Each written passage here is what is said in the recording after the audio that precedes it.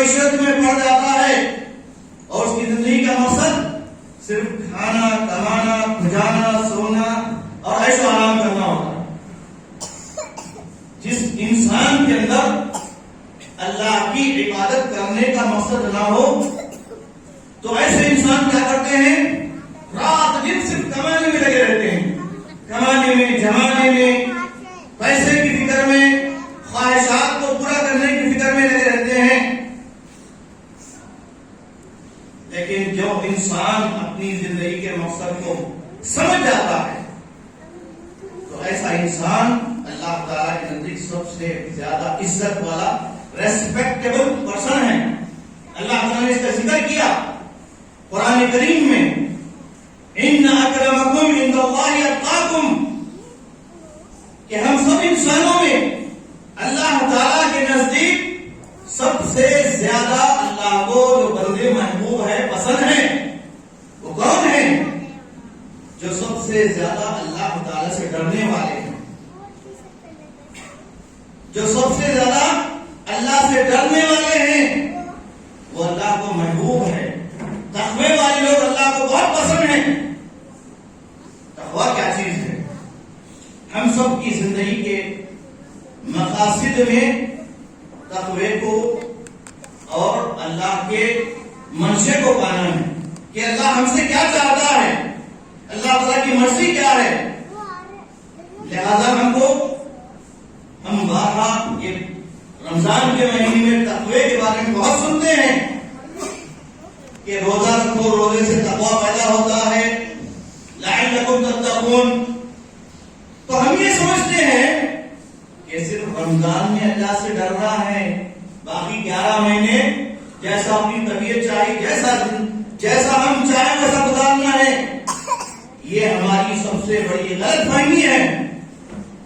زندگی کے ہر لمحے میں، ہر موڑ پہ، ہر جگہ اللہ کو یاد رکھنا، اللہ کا ڈر ہمارے دلوں میں پیدا کرنا ہے۔ اسی لیے جمعے کے موقع پر جو خطبہ دیا جاتا ہے، جمعے کے موقع پر جو خطبہ دیا جاتا ہے، 3 آیتیں ہیں اس میں اور 4 مرتبے اللہ سے ڈرنے کا، تقوی اختیار کرنے کا حکم ہے۔ کیوں ہے؟ ہر 8 دن میں یعنی ہر جمعہ اللہ کی طرف سے گویا ہم کو خطیب کے ذریعے سے پیغام مل رہا ہے کہ لوگوں کہیں بھٹک نہ جانا، گمراہ نہ ہو جانا، دنیا کے عیش و آرام میں پڑھ کر اللہ کی عبادت کو اور آخرت کو فراموش نہ کر دینا، ہر وقت اللہ کو یاد کرنا، اللہ کا ذکر کرنا۔ محترم حضرات، میرا موضوع خوشگوار زندگی کے 12 اصول ہیں۔ آج جمعے کے موقع پر میں نے منتخب کیا ہے، لیکن وقت کی تنگی کی وجہ سے میں بالکل اختصار کے ساتھ شارٹ میں اپنی بات کو انشاءاللہ پیش کروں گا۔ اگر آپ حضرات آئندہ سے وقت پر آئیں گے، 12:30 بجے اذان ہوتی ہے، تو اذان کے بعد آنے والوں کا کیا نقصان ہوتا ہے؟ اب جتنے حضرات آئے ہیں، لیٹ آئے ہیں، حدیث سنیے۔ اللہ کے نبی صلی اللہ علیہ وسلم فرماتے ہیں جمعے کی اتنی بڑی اہمیت ہے، اللہ تعالیٰ نے قرآن کریم میں سورۃ الجمعہ نازل فرمایا۔ سورۃ الجمعہ، اس سورہ جمعہ کی آیت ہے یا ایھا الذین آمنوا اذا نودی للصلاۃ من یوم الجمعۃ فاسعوا الی ذکر اللہ۔ اے ایمان والو، جب جمعے کے لیے اذان دے دی جائے تو تم دوڑ پڑو۔ اس کی تفصیل یہ ہے کہ اللہ کے نبی صلی اللہ علیہ وسلم کے دور میں جب لوگ اللہ کے نبی صلی اللہ علیہ وسلم خطبہ دے رہے تھے، یہ سورہ اس وقت نازل ہوئی، تو لوگ کتنے تھے؟ گنتی کے کچھ لوگ تھے، 30-40 لوگ تھے ہوں گے، حدیث میں ذکر ہے اس کا۔ اور اس زمانے میں مارکیٹ لگتا تھا جمعے کے دن ہی، تو قافلہ آ رہا تھا، اونٹوں کا قافلہ، تاجرین کا، بزنس مین لوگوں کا قافلہ آ رہا تھا۔ جیسے ہی مسجد میں آئے ہوئے مصلیوں نے سنا کہ قافلہ آ چکا ہے، فوری مسجد میں سے نکل گئے۔ کہاں گئے؟ بازار گئے۔ یہ اس وقت کی بات ہے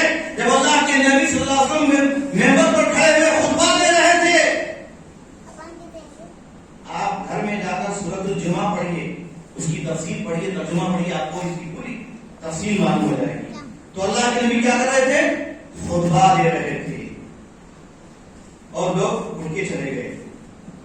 گنتی کے کچھ لوگ بچے رہے, تھوڑے لوگ بیٹھے رہے, اللہ کے نبی کی بات خطبہ سنتے رہے.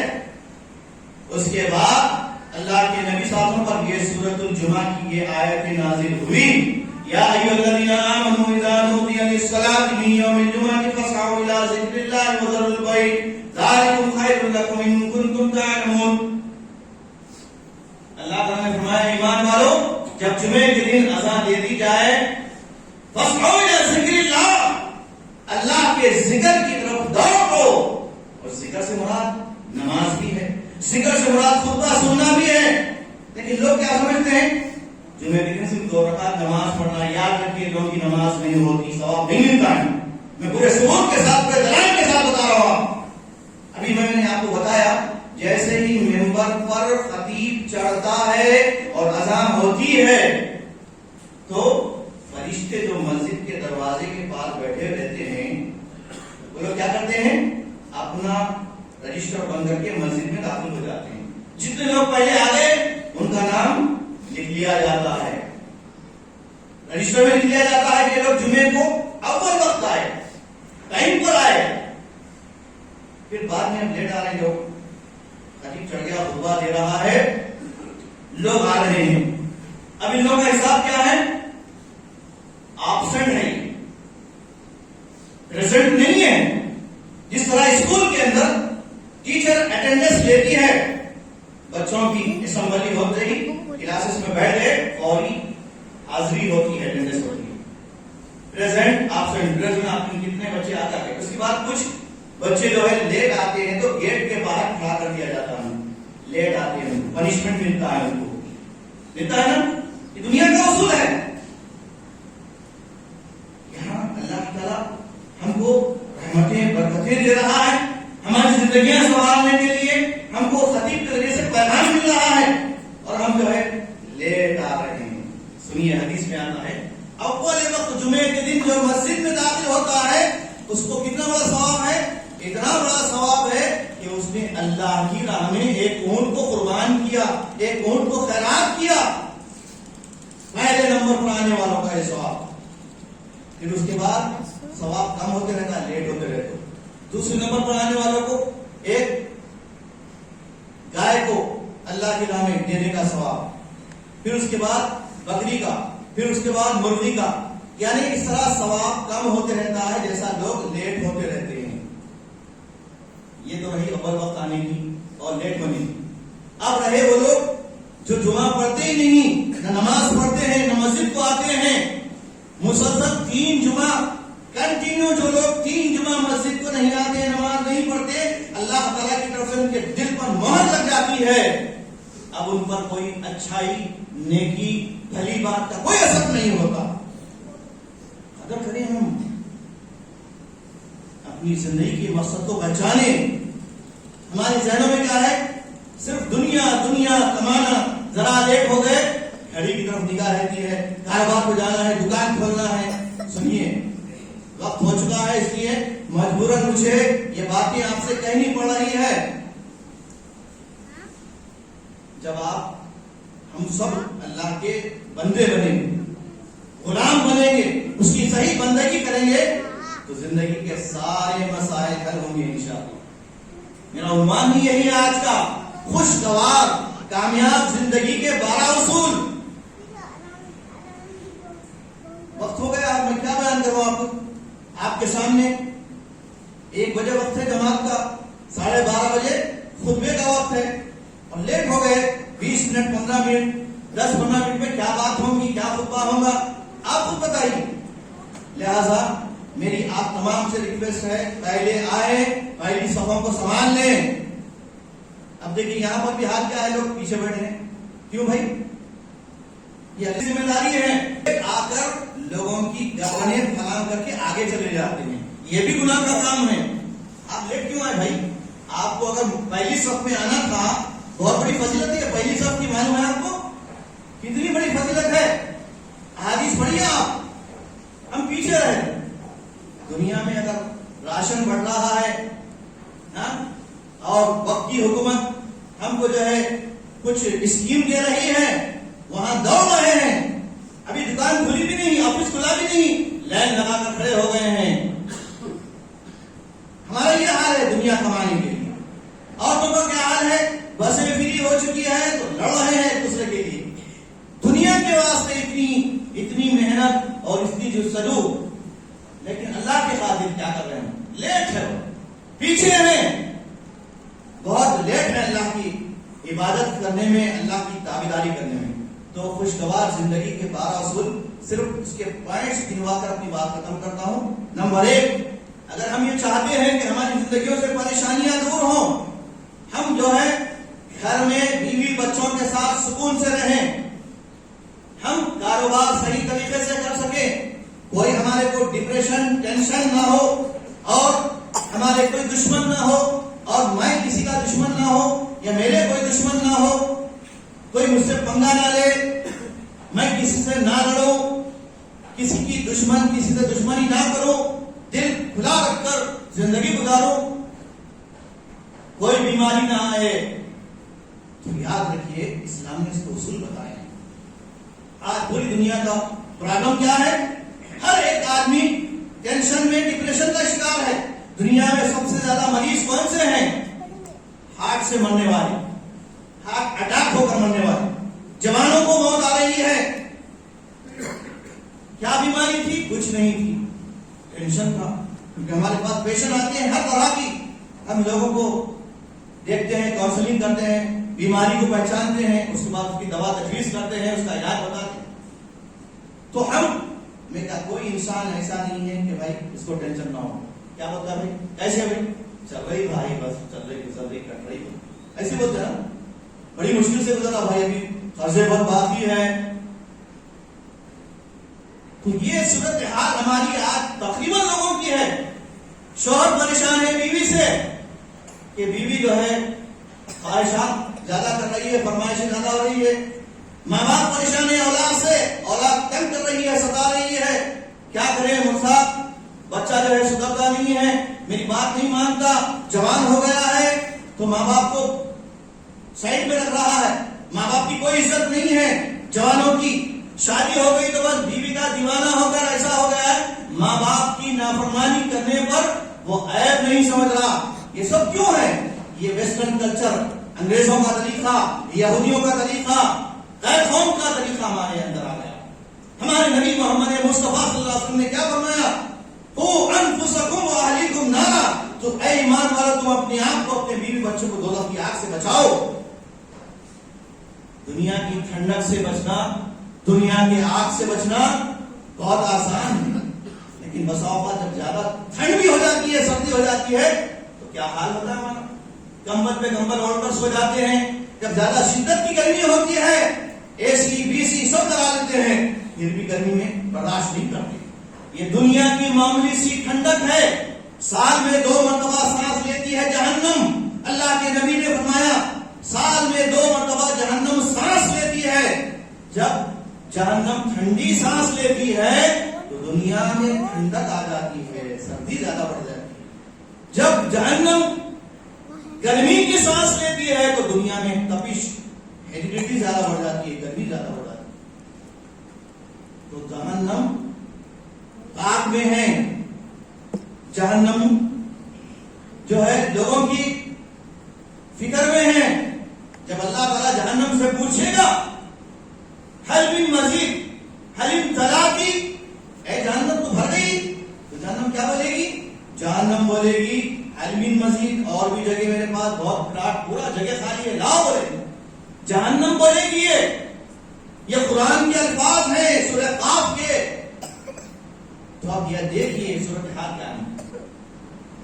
ہم اگر جہنم سے بچنا چاہتے ہیں، جنت میں داخلہ ہونا ہمارا، ہم چاہتے ہیں کہ جنت الفردوس میں داخل ہو، آرام سے ایسی نہیں مل جائے گی۔ ایک معمولی سی آپ پاسپورٹ بنانے کے لیے، آدھار کارڈ بنانے کے لیے، راشن کارڈ بنانے کے لیے کتنے چکر مارتے، کتنا جو ہے پریشان ہوتے، کہاں کہاں کس کی ریکمینڈ دیتے ہیں۔ تو جنت میں داخلے کے لیے کیا ایسے مل جائے گی جنت؟ جہنم سے یوں ہی بچ جائیں گے؟ نہیں، اس کے لیے ان اصولوں کو اپنانا ہوگا۔ ان اصولوں کو اپنائیں گے تو زندگی خوشگوار گزرے گی، سعادت مند زندگی گزرے گی، کامیاب زندگی گزرے گی، اور ہماری زندگیوں میں کوئی جو ہے پرابلم نہیں آئے گی۔ اگر مصیبتیں پریشانیاں بھی آئیں گی تو ہم کیا بولیں گے؟ انا للہ و انا الیہ راجعون۔ تو ان 12 اصولوں کو یاد رکھیے جو میں آج آپ کو بتا رہا ہوں۔ نمبر 1، ایمان و عمل صالح۔ ہمارے اندر ایمان جتنا مضبوط ہوگا، جتنا ایمان قوی ہوگا، جتنا ہم اللہ سے ڈریں گے، اور جتنا ہمارے اندر عمل صالح ہوگا، نیک عمل کریں گے، توحید میں کامل ہوں گے، شرک سے بچیں گے، بدعات و خرافات سے بچیں گے، اور اللہ کے نبی محمد مصطفیٰ صلی اللہ تعالی علیہ وسلم کے طریقے اور اسوے اور اللہ کے نبی صلی اللہ علیہ وسلم کی بتائی ہوئی شریعت کے مطابق زندگی گزاریں گے تو کامیاب زندگی، خوشگوار زندگی کا ایک پہلا اصول ہمارے لیے ضروری ہے کہ ہم ایمان لائے یا ایمان لا چکے ہیں تو ایمان کو مضبوط کریں، بڑھائیں ایمان کو۔ ایمان گھٹتا بھی ہے، ایمان بڑھتا بھی ہے۔ نیکیوں سے ایمان بڑھتا ہے، برے اعمال سے، گندے اعمال سے، گندے کاموں سے، برائیوں سے، بدکاریوں سے ایمان ختم بھی ہو جاتا ہے، برباد بھی ہو جاتا ہے۔ نمبر 2، دوسرا اصول خوشگوار اور کامیاب زندگی کا، وہ ہے نماز۔ اللہ کے نبی صلی اللہ علیہ وسلم نے فرمایا میری آنکھوں کی ٹھنڈک نماز میں رکھی گئی، اور اللہ تعالیٰ نے قرآن میں کیا فرمایا؟ اقیم الصلاۃ لذکری، میرے ذکر کے لیے تم نماز کو قائم کرو۔ لہذا ایک مومن نمازی ہوتا ہے، بے نمازی نہیں ہوتا۔ آپ کے اس علاقے میں یہ مسجد الحمدللہ قائم ہے تو 5 وقتہ نمازوں کا بھی اہتمام کیجیے۔ ایسا نہیں کہ آپ صرف جمعے کو آ رہے ہیں، خود بھی نماز پڑھنا اور اپنے بیوی بچوں کو بھی نماز کی تاکید کرنا۔ اقیم الصلاۃ واصطبر علیہا وامر اہلک بالصلاۃ واصطبر علیہا، اپنے بیوی بچوں کو بھی نماز کا حکم دو۔ آپ لے آئیے یہاں پر اپنے بیوی کو، بچوں کو، عورتوں کو۔ اللہ کے نبی صلی اللہ علیہ وسلم نے فرمایا کہ اب اللہ کی بندیاں اگر مسجد کو آ رہی ہیں نماز کے لیے، عبادت کے لیے، خطبہ سننے کے لیے، ان کو منع مت کرو۔